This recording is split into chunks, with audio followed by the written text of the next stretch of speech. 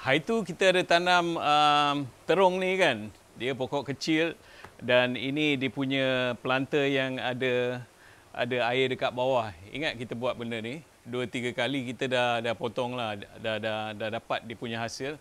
Dan tengok dia punya daun-daun dah besar. Pokok ni dah tumbuh banyak buah terung dah. Saya dah potong 2-3 kali dah, kru tak sampai-sampai lagi. Hari ni dah sampai.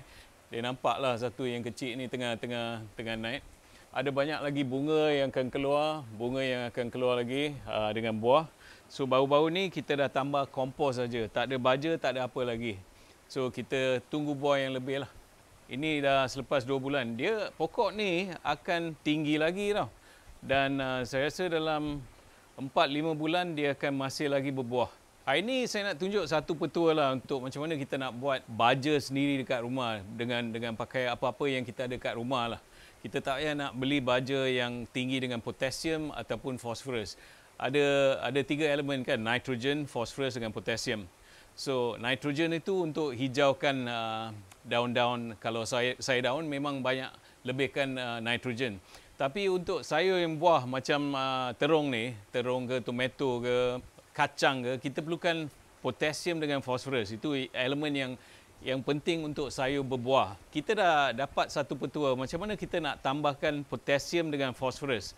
So apa yang kita ambil dekat rumah saja, barang-barang yang kita pakai dekat rumah, kita pakai kulit telur dan kulit pisang. Bila makan pisang tu jangan buang kulit dia, simpan kulit dia, keringkan dekat matahari, bawah matahari dalam 2-3 hari dia akan jadi macam rapuh, dia akan jadi rapuh macam ni kan. Dia akan pecah-pecah macam ni. Dan kulit telur. So kulit telur ni banyak kalsium dan kulit pisang ni banyak potasium. So ini yang paling penting untuk saya berbuah. Sini kita dah keringkan kulit pisang, kulit telur lah. Dia senang je. Bila you makan telur ke, you makan pisang, simpan kulit dia, keringkan dalam matahari selama 2-3 hari lah. Jangan kena hujan lah. Dia akan lembik balik. So benda ni dia rapuh tau. Macam keropok lah. Tapi jangan simpan lama-lama. Kalau simpan lama-lama, dia akan lembik balik lah.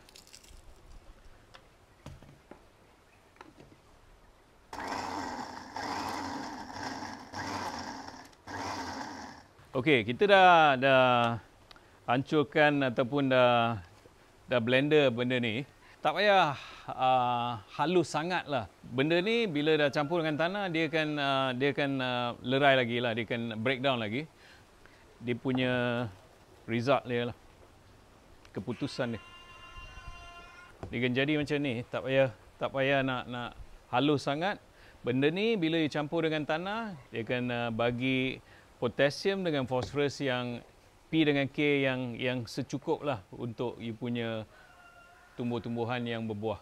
Kalau kita nak tambahkan kalsium, kita selalu pakai cengkerang siput.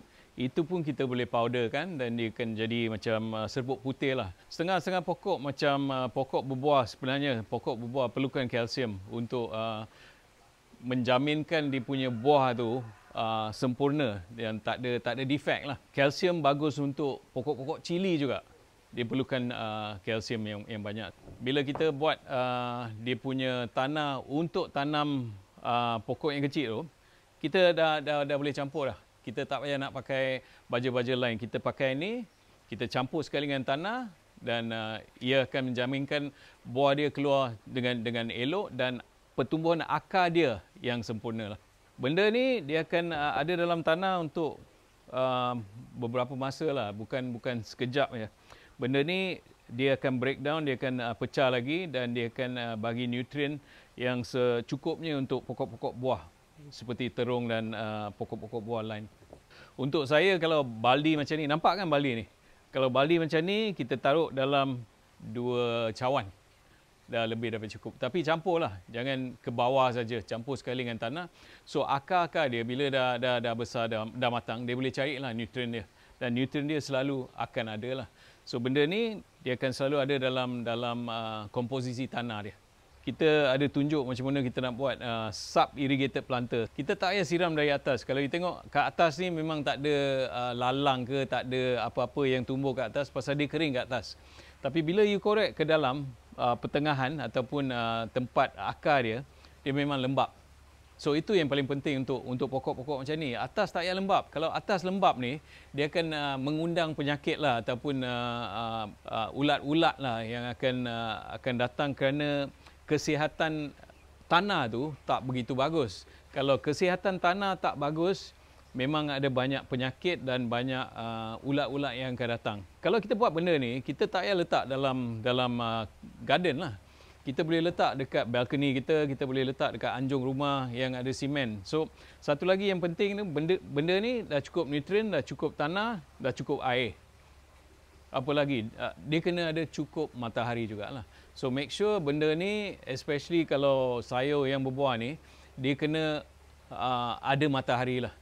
Macam terung ni, dia kena ada at least 6 hingga 8 jam matahari penuh.